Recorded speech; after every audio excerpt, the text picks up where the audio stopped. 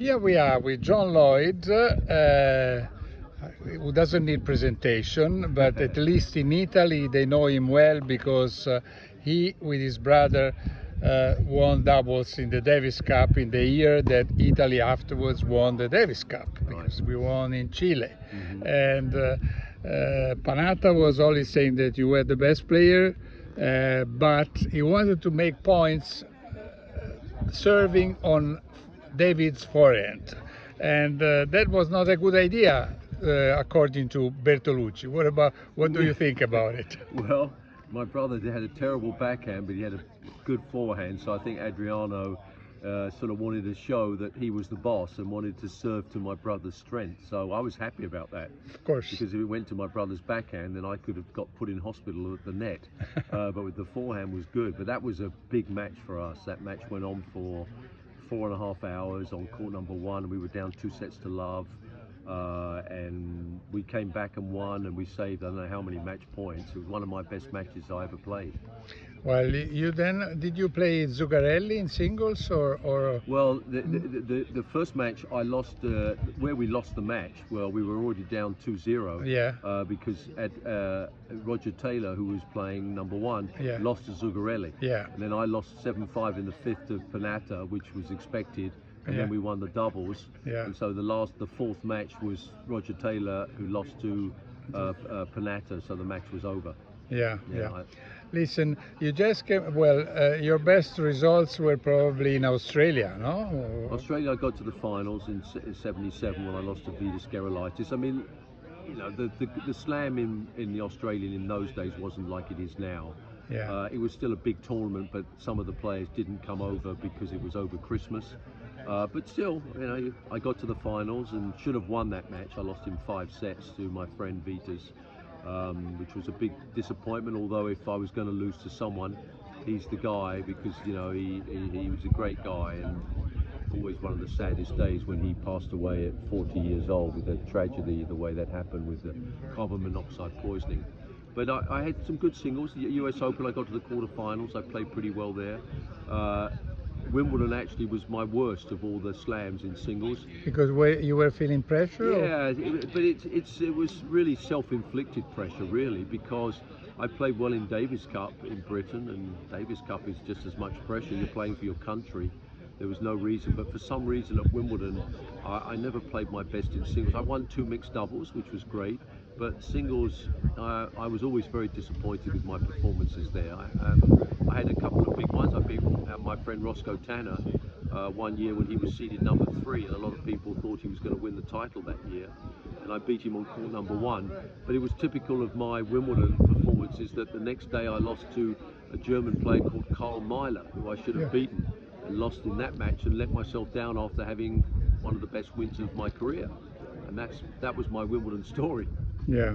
Listen, and you just published a book. Yes. Is that an autobiography or yes? Yes. And the foreword presentation is by Bjorn Borg, Bjorn. who is a good friend of yours. Yeah, Bjorn is a good friend of mine, and we've had many good times together when we played, and also when we played the senior tour. Bjorn is a lovely man, and I called him up and asked him, and he said no problem, I'd love to do it. And we had many good stories with him. I always thought he was one of the great champions of all time. And I put this in the book in one chapter, I did beat him once in Monte Carlo on clay, which was probably my best ever win. Although there were rumours that he was out until 4 o'clock in the morning with some ladies, but that's not my fault. Yeah. Listen, I don't know if you like to talk about it or not, but there was a moment that you became also very popular, also outside of Great Britain, because of your flirt or love affair, and which was also a wedding, I think, with Chris Evert. Right. If you think about that, is a good memory, is a sorrow, is a regret, is what is it? That's a good question. You know, I talk about that in the book. I do a chapter on Chrissy in the book, and I talk about that. You know, we had some good times. We were married for 8 years, but we were too young, both 24, on the tennis circuit, going different places. I said in the book that I think if we'd have been married 10 years later, we would have had a chance. But at the time it was difficult, but we had some good times and a few bad times, but we're still friends. I married into to someone who was a huge legend. It was fortunate that I was well known in Britain, so I was sort of used to having, some press around and that, but nothing like until I got married to Chris. Then it went from this level up to this level. But there were some good times. We had. It opened a lot of doors for me, to be honest. I met people that I wouldn't have met before, and we had some wonderful, met some amazing people, and we had some wonderful times. And I don't regret it. I think we were just too young. Okay, and what John Lloyd is doing nowadays? Because I know you're broadcasting for BBC. You have, in my opinion, and it's not because you are in front of me, that you have a great voice, and the way you talk is I mean, in my opinion, is one of the best when I hear broadcasting commentators. Oh. But apart from that, what else do you do apart from also writing a book together with a colleague of the Times or the BBC? The BBC, yeah. BBC. Phil Jones. Phil Jones. Yeah, we wrote it together. Well, I live in America. I live in West Palm Beach, near Palm Beach in Florida. I do a little bit of real estate, sell some real estate for Sotheby's. I'm with Sotheby's. I coach a little bit at a club called the Breakers, which is a famous club in Palm Beach. I sometimes do a few lessons at Mar-a-Lago, where Mr. Trump runs the place. And I saw Are you him. voting Republican or? Well, I don't vote because Okay. I'm an alien. I'm not a citizen. But I've known Mr. Trump for 40 years, Okay. and we've had some fun. I saw him about 3 months ago at the golf club, and I went and had a chat with him, and he said, John, how about you do maybe some celebrity lessons at Mar-a-Lago? And I said, Mr. President, that could be good. And he said, here's what we'll do. I'll tell the director of the club, and you'll charge $500 an hour. So that's good, and I'll take half. And I said, He's taking okay, half. that's a good deal. That's a good deal. So that was the president. Yeah, that was the president. Well, he knows how to do business. He knows how to do business. Yeah, there was no negotiations. It was like, oh, okay, I'll take 250, but 250 is not bad, so I'll take that. Yeah. Okay. What is in the book that you're more proud of? I mean, are you talking about more your success, your defeats, your bad moments, your good moments? What is all about? Well, someone like myself, I think the word great in tennis is a very overused word. I think great players are players that have won slams in singles.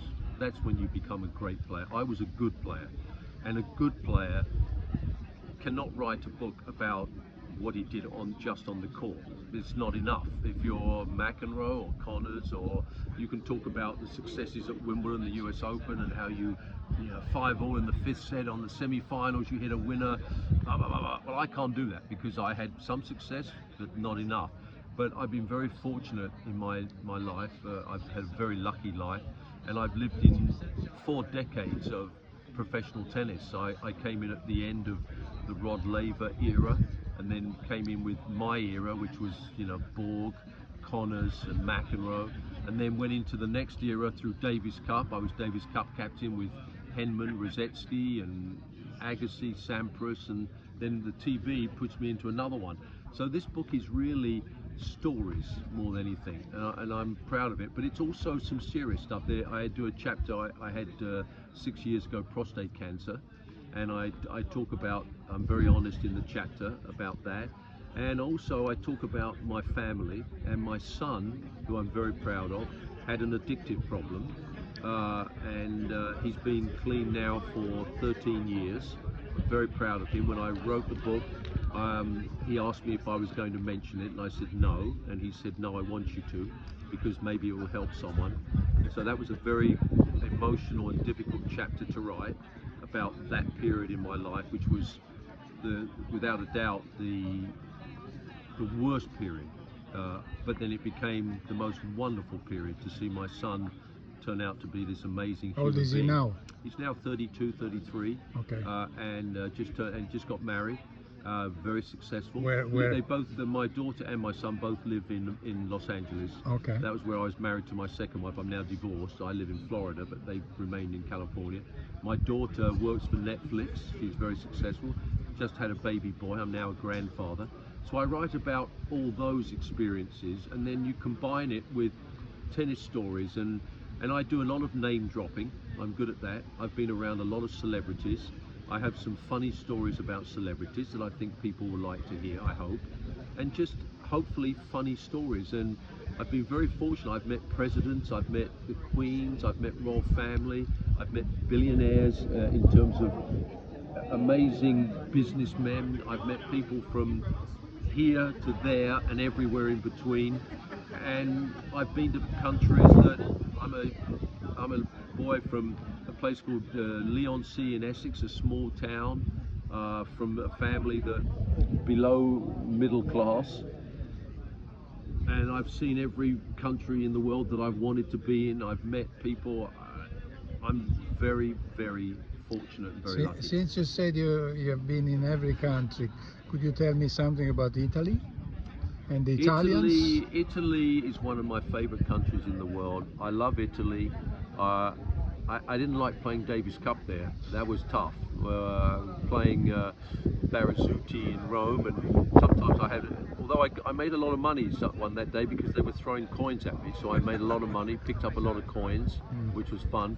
Love Italy. I actually, fun enough, it's one of the places where now I'm out of the game, not out of it, but not playing, where I would actually go there and spend some time where I can just do whatever I want and not have to be at a tennis tournament. Rome is one of my favorite cities in the world, and I love the food. Listen, all players, especially when they become TV broadcasters, they like to talk about the players they were good friends with them, but sometimes they don't say anything about those one that they didn't like.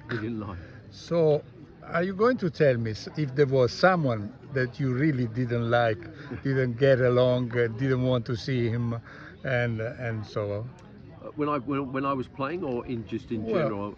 I mean, in the book, there's a couple of people that I write about. I mean, I struggled a little bit with Andy Murray at times, who I put in the book about how much I admire him as a player, which I do greatly. But I struggled a bit with his behaviour with coaches, the way he would say things to coaches. And to be honest, it was one of my fears when I took the Davis Cup job, that he was going to be on the court with me. And I always thought to myself that if someone behaved like that and I was coaching them, I would just walk out. Yeah. I wouldn't take that. I don't care how much money they were paying me. If someone, a young guy, said that to me, I would say bye-bye. But a Davis Cup captain, you can't. Sure. And I got really nervous about that. So I came up with a good idea. At the time when I was captain, he was being coached by Brad Gilbert. And so Brad Gilbert has a very healthy ego and loves to talk about himself and all that. So I said to Brad, you know, do you want to give me some instructions when Andy's playing? And he said, oh yeah, of course.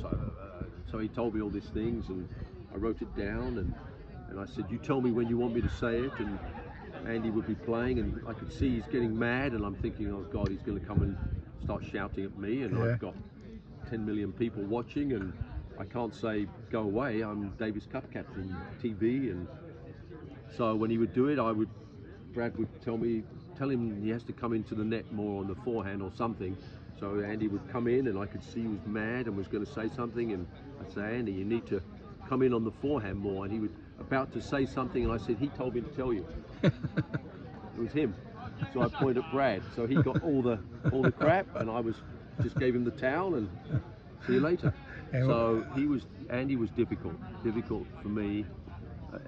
I found him a difficult personality, and I talk about in the book about, you know, had a couple of, you know, Brad Gilbert a couple of times said some, you know, undermined me a little bit when I was Davis Cup captain, which I didn't like, and I struggled with a little bit. Greg Rosetsky a little bit was on my team. He was fine on my team, but then he tried to, you know, he he after he left, he then was trying to get my job and would made a few remarks about me on TV that he's picking the wrong players, he's picking the wrong chords, he's picking this, he's picking that kind of stuff, which I wouldn't do stuff like that. Sure. But most of the players, I have to say, most players were good in my era. There were some guys that I struggled with a little bit, but you know, we didn't have entourages around us like they do now. You had a group, and you know, we'd play matches and we'd be in the locker room, and we lost. The guys that lost, it was like, let's go out tonight. You could go out for dinner together. Well, and try and get lucky. Sure. What the hell? Sure. You know, now they've got managers and physiotherapists and parents and this and that. They're all in these groups. I always say to people, the players today, I'm envious of how much money they make. Of course, I would love that, but they didn't have as good as time as we had. Sure. Sorry, but they didn't. I have friends still that I still see, that stories that, you know, I mean, and I'm lucky that I wasn't in the era with cell phones and iPads. I would have probably got locked up about 20 times for some of the things I did, but no one could catch me. So no regrets, and yeah, my book, I say some things about some people, and I also criticise a chapter on Wimbledon, and I'm a member there, and they won't be too happy about that. I call the chapter Wimbledon, because all my American friends can never pronounce the damn word. They always say Wimbledon instead of done. So I write about that, about Wimbledon and some of the things that used to happen in the old days, and how you know, they were like a dictatorship at that club, and they used to, I say in the book about, before I got there, they had a colonel who was the referee, because Wimbledon thought, we have to discipline these players. You know, in those days there was no 80, we're the bosses, so we have a colonel. And then he left, and then in my day they had Captain Mike Gibson. He was a terrible referee. He used to drink all the time, and he didn't know anything about tennis. And that went on for a few years, and then that didn't work. So then what did they do? They then hired a farmer Fred Hoyles. Fred Hoyles. Who was a lovely man, but he was a farmer. I suppose they thought, at least he'll know about the grass. That's the only thing I can think of. Fred was the famous man that choked when he had the chance to get rid of McEnroe when he was, you can't be serious. Yeah. Remember that match? Yeah, sure. You can't be serious. Another referee, a professional, would have thrown McEnroe off, but Fred panicked and didn't know what happened, and that was that. And then finally they picked Alan Mills. They went for an ex-player who knew what the hell he was doing. So it took them a lot of years to go through these silly mistakes that they make. And Wimbledon tends to do that. You know, they're doing something now. Finally, they've allowed players to play on the centre court, even though for the last 10 years people have been slipping and sliding because the sap doesn't get pushed out of the court, because they allow like 4 lady members to play on the court, and so that's why people are half sliding, almost, you know, could be killed almost, you know, because of that. So they're finally doing that. So they're improving things, but they've got to improve more things. They have to get with the time a little bit. And one of the things about Wimbledon, which I disagree about Wimbledon and all the other slams, but more Wimbledon, where they think of it as being their tournament. I don't agree with that. For me, they're hosting the tournament. The tournament at Wimbledon is for the world, just like the US Open is for the world. And they're very fortunate to be hosting it. They're making millions of pounds, millions. So for those 2 weeks, they're lucky to have the players there. So it's not their tournament. They're hosting a great tournament. And I think sometimes they should make the rules and not worry about the stupid members. I'm one of them. Who cares if Roger Federer has green soles on his shoes? Yeah. Who cares? So the members aren't allowed to wear them for the other 50 weeks of the year. Okay, it's a private club, but for the 2 weeks of Wimbledon, who cares? Why can't women wear coloured underwear? Because the members don't? What about the women? They have some problems sometimes. They get nervous, you know, with you know what, and that would help them. But no, women want to be all white, even with the underwear. White bras. The guys have to wear white. Guys also not the most attractive sight sometimes. I mean, now we're going off subject, I guess, but it's all these rules that sometimes Wimbledon are too fussy with, and they need to open up a little bit and just relax a little bit. It's the best tournament in the world. You don't have to be too protective. One more. Just two questions on the actual players. Federer, well, actual or past. Federer, Nadal, and Djokovic. I mean, did you ever expect that somebody was able to win 20 slams, 22, No. and things like that, and three players winning 60, 62? I mean, how? It's a remarkable feat that these three players have done. It really is. But the other thing I love about it, and I write this in my book too, I do a chapter on this. It's called Records, because I'm a big fan, because a lot of the players, and I like all those players, but one of the things I like about Djokovic is he's not scared to tell you that he wants to win the most titles. That's his goal. Rafa and Roger come up with all this bullshit, where, excuse my French, but where they say, oh, that's not our concern. That's just lies. Of course it is. It's what makes, it's in your DNA. Records are records. That's what you live for if you're a player. And for them to say that is nonsense.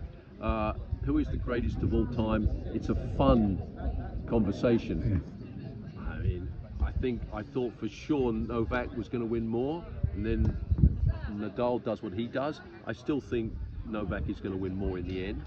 But for me, when I talk about the greatest and all this, I switch it a little bit to say that what Rafa has done at the French Open, the 14 there, is the greatest sports achievement in any sport in history.